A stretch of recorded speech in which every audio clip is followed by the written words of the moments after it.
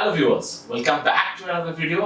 आज मैं जो बताने जा रहा हूँ वो बहुत ही important and life changing decision हो सकता है आपके लिए। तो क्या है वो कि मैं आज जो भी इस वीडियो के अंदर की पॉइंट्स बताऊंगा ताकि आप एक नॉन आईटी फील्ड से एक सॉफ्टवेयर इंजीनियर बन सकते हैं।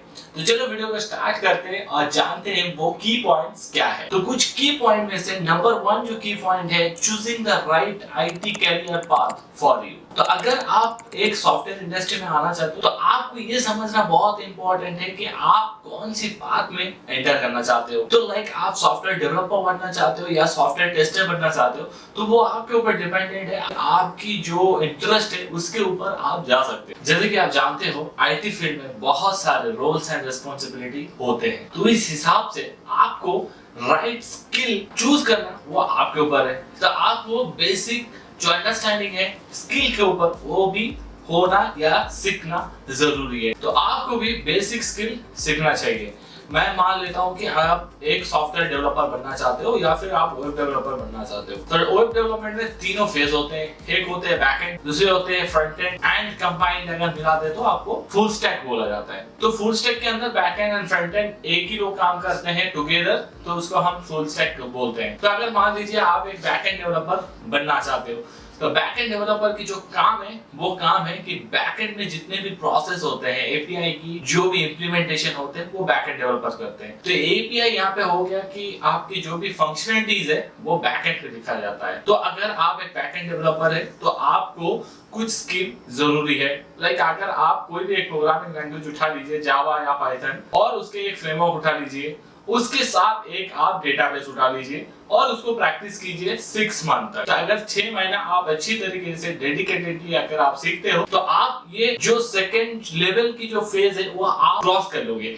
तो आपके पास जितने भी एक्सपीरियंस होगा, जितने भी स्किल होगा, डिपेंडिंग ऑन दैट आप उस स्किल को इनहेंस करने की कोशिश कीजिए। आपके पास अगर कोई भी आईटी का कोई भी नॉलेज नहीं है तो आप स्क्रैच से भी सीख सकते हो। कोई भी जावा या पाइथन या उसके कोई भी फ्रेमवर्क डेटाबेस सीख लो तो आप एक बैकएंड डेवलपर के लिए एलिजिबल हो जाओगे और उसके बाद इंटरव्यू देना भी स्टार्ट कर दीजिए। जैसे कि आप एक नॉन आईटी फील्ड से आ रहे हो तो आपके लिए ऐप कैसे बनाते हैं उसकी जो फंडामेंटल है उसको भी समझना आपके लिए बहुत ज्यादा इंपॉर्टेंट है। तो आपको मैं बोलूंगा साइड बाय साइड आप कोई भी प्रोग्रामिंग लैंग्वेज उठा के उसके फ्रेमवर्क डेटाबेस, जैसे कि मैं बैकएंड का एग्जांपल दे रहा हूं, अगर आप फ्रंट एंड में इंटरेस्टेड हो तो आप कोई भी HTML, CSS, जावास्क्रिप्ट, उसके एक framework like angular, react and view कोई भी एक सीख सकते हो। उसके बाद अगर आपकी जो कोर्स है वो अगर खत्म हो जाएगा उसके बाद आप प्रोजेक्ट करना शुरू कर दीजिए, क्योंकि ये बहुत ज्यादा इंपॉर्टेंट हो जाता है। कोई भी स्किल सीखने के बाद पर्सनल प्रोजेक्ट करना बहुत इंपॉर्टेंट है, क्योंकि एक तो आपके पास जो नॉलेज है वो नॉन आईटी रिलेटेड है। अगर आपको वो जो एक्सपीरियंस हो अगर आईटी में दिखाना है तो उस बेसिस पे आपको एक्सपीरियंस भी शो करना है। तो उस एक्सपीरियंस को शो करने के लिए उस लेवल तक आपको स्किल सीखना पड़ेगा। तो अगर आप एक बार स्किल सीख लोगे उसके बाद रियल टाइम में कुछ डेमो प्रोजेक्ट कीजिए जो आपको बहुत अच्छा हेल्प करेगा आपका एक पोर्टफोलियो बनाने के लिए। मैं ये पॉइंट क्यों बता रहा हूँ, क्योंकि कोई भी आपका पर्सनल प्रोजेक्ट आपके रिज्यूमे में होगा या फिर सीवी में होगा तो उसके जो डायरेक्ट इम्पैक्ट है वो रिज्यूमे में आएगा या सीवी पे आएगा। क्यों आएगा? क्योंकि इंटरव्यूअर के पास जो इंप्रेशन जाएगा वो बहुत ही अच्छा जाएगा। मैं आपको बताऊंगा कि आपको अगर आईटी में जॉब लेना है तो आपकी जो आसपास की नेटवर्क है उसको भी टुवर्ड्स आईटी उसको भी बढ़ाना बहुत ज्यादा इंपॉर्टेंट है। क्यों चाहिए? क्योंकि स्किल के साथ साथ आपको जॉब अपॉर्चुनिटीज जो भी है वो भी बहुत ही ज्यादा इंपॉर्टेंट है, क्योंकि आपके पास स्किल है लेकिन जॉब अपॉर्चुनिटी नहीं है। अगर आपके आसपास की जो नेटवर्क है वो अगर अच्छा है और टुवर्ड्स आईटी है तो उन लोगों से आप हेल्प ले सकते हो या उन लोगों से आप बोल सकते हो आपके कंपनी या कोई भी रिक्वायरमेंट जो होगा वो आपको रेफर कर सकते हैं। उसके लिए मैं रिकमेंड करूंगा कि आप आज ही लिंक्डइन पर अपने प्रोफाइल क्रिएट कर लीजिए।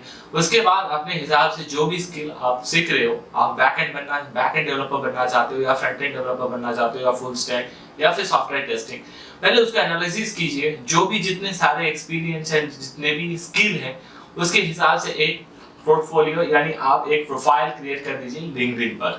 आप पर्सन आएगा वहां पे सजेशन में, आप अगर पर्सनल कोई किसी को भी जानते हो आईटी में, तो उसको आप देखिए लिंक्डइन पे सर्च करने के बाद उसका डिटेल जरूर आएगा, तो वो आपको फॉलो रिक्वेस्ट कर सकते हो। तो उसके बाद आपकी जो रीच है वो बहुत ज्यादा बढ़ जाएगा, क्योंकि अगर आपको जॉब लेना है तो आपको ये करना पड़ेगा। और अगर आपको कोई भी डाउट है तो आप मुझे डायरेक्ट कमेंट बॉक्स में पूछ सकते हो, तो मैं उसके लिए भी हेल्प करने के लिए तैयार हूँ। अभी आते हैं प्रिपरेशंस ऑफ जॉब इंटरव्यू, वो आप कैसे कर सकते हो। तो अगर आप मान लीजिए आपके पास स्किल है, आपके पास जॉब अपॉर्चुनिटीज भी है, आप क्रैक नहीं कर पा रहे इंटरव्यू में, क्यों नहीं कर पा रहे? क्योंकि आपके पास इनफ नॉलेज नहीं है, या फिर आपके पास इनफ कॉन्फिडेंस नहीं है, तो कि आप एक इंटरव्यू क्रैक कर सकते हो। तो अगर मान लीजिए आपको 15 डेज हो गया, आपने जो भी बेसिक स्किल है वो 15 डेज में आपने कवर कर लिए, उसके बाद से आप स्टार्ट कर दीजिए इंटरव्यू देने के लिए। मैं ये क्यों बोल रहा हूँ? क्योंकि आपके स्किल के साथ साथ आपके जॉब इंटरव्यूज के लिए जो भी एक्सपीरियंस है वो भी बढ़ जाएगा। एक इंटरव्यू आप देंगे तो वहां पे चांसेस है आपका ना हो वहां पे, तो आपको प्रिपरेशन लेना है उस हिसाब से कि आप अगर एक इंटरव्यू में फेल हो जाए तो वहां से मुझे कुछ पॉजिटिव थिंग अचीव करना है। तो वो पॉजिटिव थिंग क्या है? जितने भी क्वेश्चंस इंटरव्यूअर पूछेंगे उसको एक नोट डाउन करने के बाद उसके ऊपर प्रिपरेशन बनाना शुरू कर दीजिए, ताकि आने वाले जो भी इंटरव्यूज है उसके लिए आपको ये बहुत ज्यादा हेल्प करेगा। और आपको अगर कोई भी interview related, programming related help चाहिए तो मुझे कमेंट बॉक्स में पूछ सकते हो। और भी बहुत सारे ऐसे थिंग्स है, बहुत सारे ऐसे टिप्स है जो आपको मैं आगे की वीडियो में बताने वाला हूं। तो प्लीज मेक श्योर कि आपके पास जितने भी इंटरव्यू क्वेश्चन है, इंटरव्यू के पहले वो सारे क्वेश्चंस आप एक बार रिवीजन कर ले, उसके बाद आप इंटरव्यू के लिए अपेयर हो जाएंगे, ताकि आपको बहुत सारा कॉन्फिडेंस मिलेगा। क्योंकि जो क्वेश्चंस होते हैं वो इन्हीं में से कुछ क्वेश्चंस पूछे जाते हैं इंटरव्यू में। तो अगर आपके पास एनफ इंटरव्यू क्वेश्चंस है, अगर आपको कोई भी इंटरव्यू रिलेटेड क्वेश्चन चाहिए तो मुझे कमेंट बॉक्स में पूछिए। और आते हैं, अगर आप ये सारे पॉइंट जितने भी मैंने बताया वो अगर सेम टू सेम आप फॉलो करते हो तो मुझे नहीं लगता कि आप एक 6 महीने या 3 महीने के अंदर आपको कोई भी रुक सकता है आईटी में जॉब लेने के लिए। तो अगर मेरे वीडियो पसंद आया तो लाइक, कमेंट एंड सब्सक्राइब करना मत भूलिए। तो आज के लिए इतना ही है। जय Hind, happy learning, happy coding, learn coding.